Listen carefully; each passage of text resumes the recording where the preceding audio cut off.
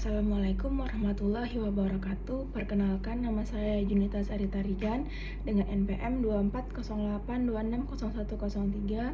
Saya dari blog Endokrin dan Metabolisme. Di sini saya akan menjelaskan mind map yang berjudul krisis adrenal. Jadi definisi dari krisis adrenal itu adalah kondisi gawat darurat endokrin yang terjadi akibat defisiensi akut hormon kortisol, dapat disertai atau tidak oleh defisiensi aldosteron. Kekurangan hormon ini menyebabkan ketidakmampuan tubuh mempertahankan tekanan darah, keseimbangan cairan elektrolit, dan metabolisme glukosa, sehingga berujung pada hipotensi berat hingga shock. Krisis adrenal paling sering terjadi pada pasien dengan insufisiensi adrenal yang sudah ada sebelumnya ketika tubuh menghadapi stres fisiologis atau infeksi, trauma, operasi, tanpa penyesuaian dosis kortikosteroid. Selanjutnya, etiologi dari krisis adrenal itu umumnya dipicu oleh kondisi yang menyebabkan kebutuhan kortisol meningkat secara mendadak tetapi tidak dapat dipenuhi oleh tubuh.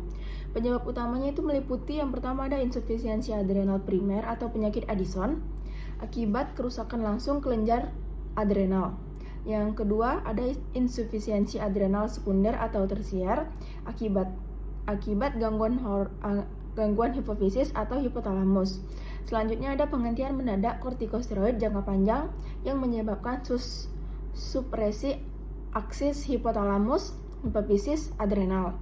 Selanjutnya ada stres berat seperti infeksi berat, sepsis, trauma, atau pembedahan. Yang terakhir ada gangguan absorpsi obat, misalnya muntah atau diare berat pada pasien yang bergantung pada steroid oral.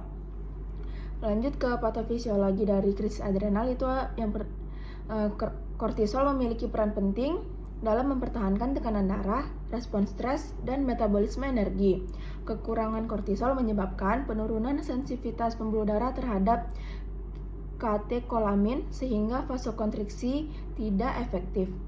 Lalu hipotensi progresif hingga shock refraktor dan gangguan gluconeogenesis dan glikogenolisis yang berujung pada hipoglikemi. Pada insufisiensi adrenal primer, terjadi pula kekurangan aldosteron yang mengakibatkan kehilangan natrium dan air, itu menyebabkan hiponatremia dan dehidrasi, retensi kalium, menyebabkan hiperkalemia, penurunan volume intravaskular yang memperberat shock. Selanjutnya ada manifestasi klinis dari krisis adrenal, yaitu gejala dan tanda meliputi hipotensi berat hingga shock yang tidak responsif terhadap cairan, kelemahan ekstrim, kelelahan berat, dan penurunan kesadaran. Lalu ada gejala gastrointestinal seperti mual, muntah, nyeri abdomen, dan diare. Lalu ada hipoglikemi terutama pada anak-anak dan pasien.